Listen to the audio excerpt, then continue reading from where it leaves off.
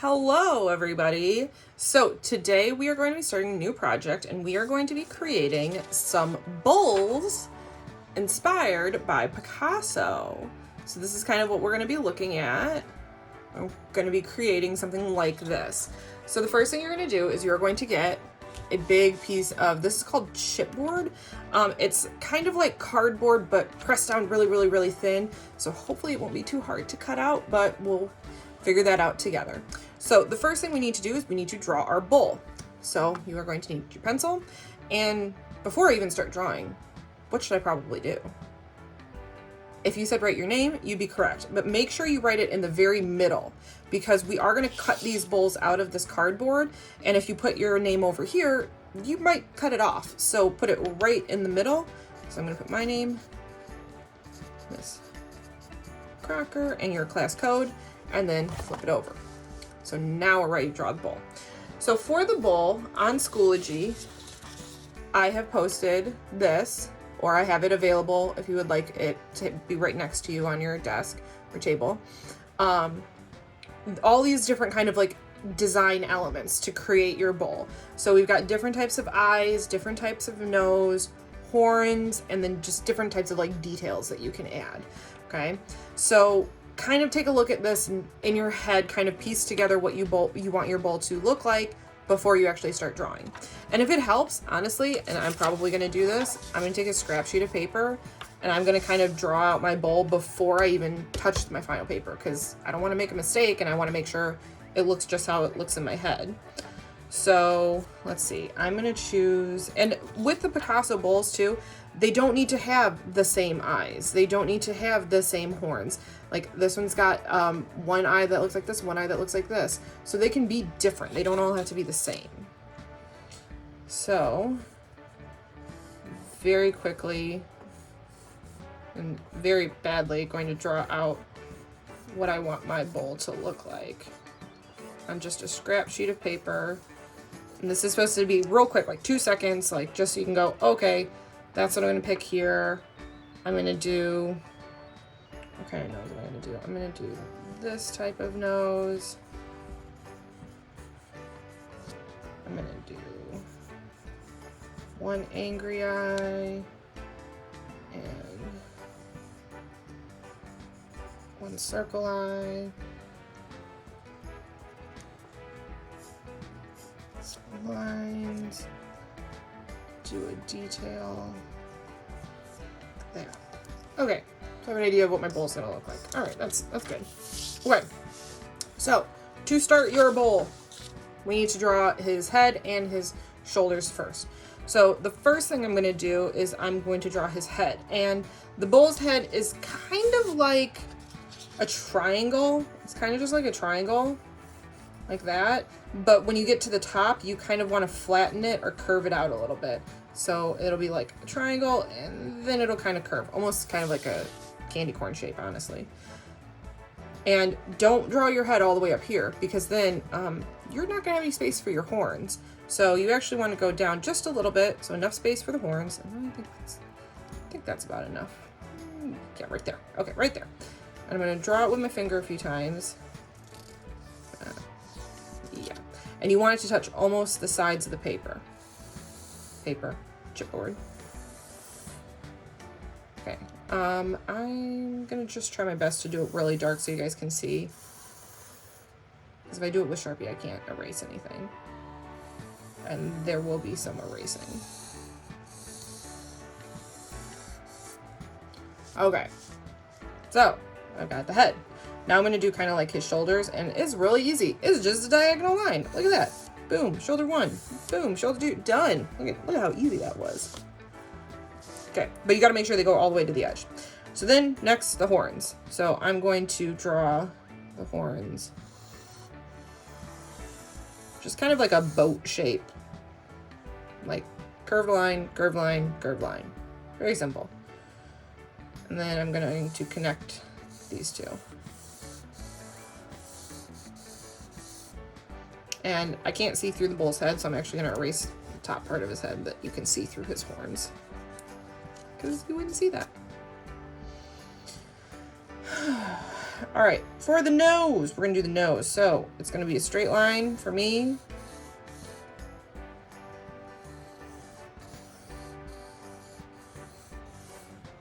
That, and then a circle inside, circle inside. I said I was gonna do an angry eye.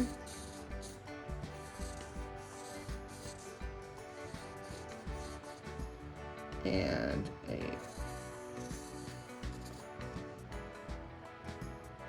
oval eye.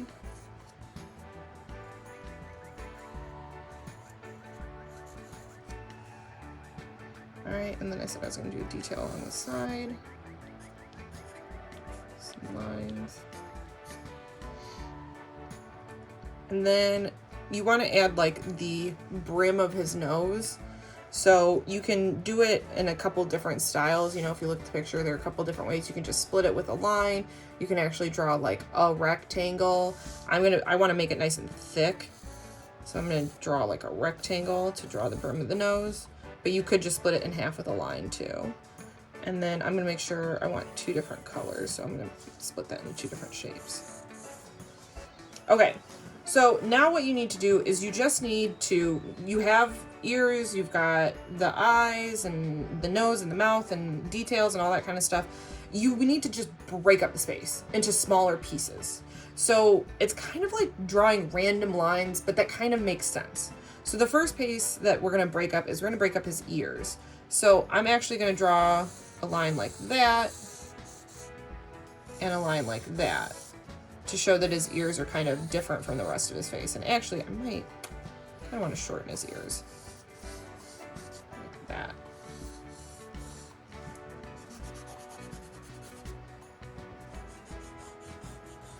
Whoa, they actually look like ears now. He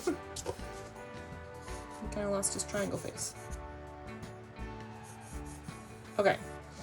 So I'm going to make some more shapes. So I'm going to split the horns in half so that they're 2 different shapes and draw another shape inside. Think of it just as like shapes that you're creating, and they don't really have to make sense. It's helpful if they do, but you're just kind of filling it in with shapes. So for the body, I'm going to do shape over here, diagonal line here. Now, do I want to make it into a bunch of teeny tiny shapes? No, you do not want a bunch of teeny tiny shapes. We are going to be coloring these with chalk, and chalk is really messy and it's not precise. So you can't get very detailed with it. So you want to keep your things very on the larger side. I'm going to separate his face so that it can be a couple different colors. Like this piece is probably the smallest piece I'm going to do right here above his eye. Okay, looks good to me. All right, so once you're done drawing it and it goes almost from the top to almost fills the whole page, you are going to raise your hand and you are going to show it to, if you said me, you would be correct. You're going to show it to me. And if I think it looks good, then I'm going to let you Sharpie, and you are going to want to use a fat Sharpie for this, the fattest you have. And you're just going to trace over everything with your fat Sharpie.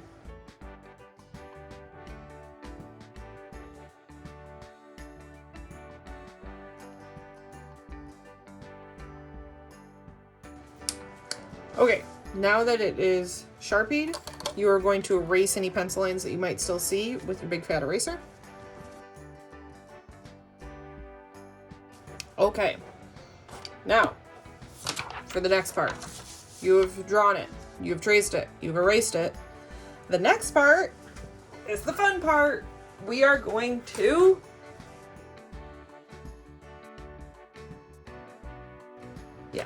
we're gonna cut it out.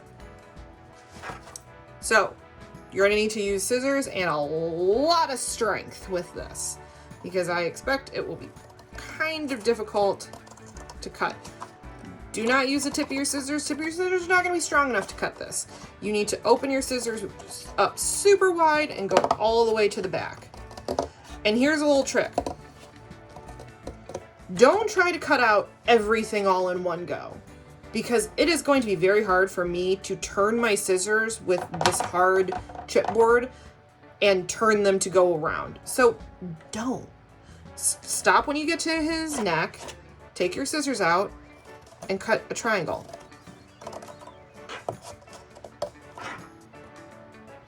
That. Okay, now that's out of my way and I don't have to worry about that as I'm cutting around. So when you get to a part that's kind of hard, see if you can just figure out a way to kind of trim it out. So I'm going to start over here.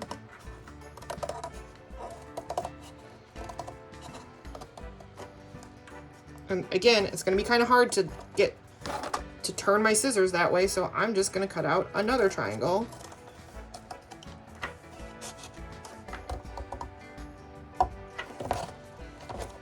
Like that. So now, theoretically, it's a little bit easier to get my scissors in there and trim that out. So I have one half of them cut out. So I'm going to keep going all the way around, trying to make it easier by myself by cutting off the extra scrap pieces as I go.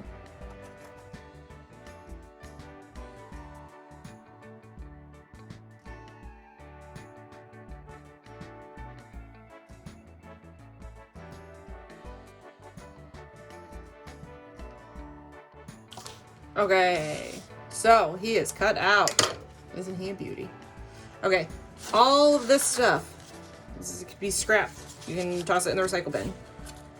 And I'm sure your hands hurt, because mine do too, because that was a lot of hard work. So the next thing we are going to do is we are going to, if you said color, you would be correct. And to color this, we are going to be using something quite different. We are going to be using chalk to color this. And chalk is extremely messy, so get ready for that. So what we're going to do is we are going to use chalk to color our picture. I would start with our lightest shades first, okay? So you want that to probably be your thing that you do first, I'm guessing. I haven't done a whole lot of chalk, honestly. Okay, and you're going to pick out whatever colors you want for your bowl. So you can see on the example, they have lots of different colors. They're not all the same. They include some browns, kind of some earth tone colors.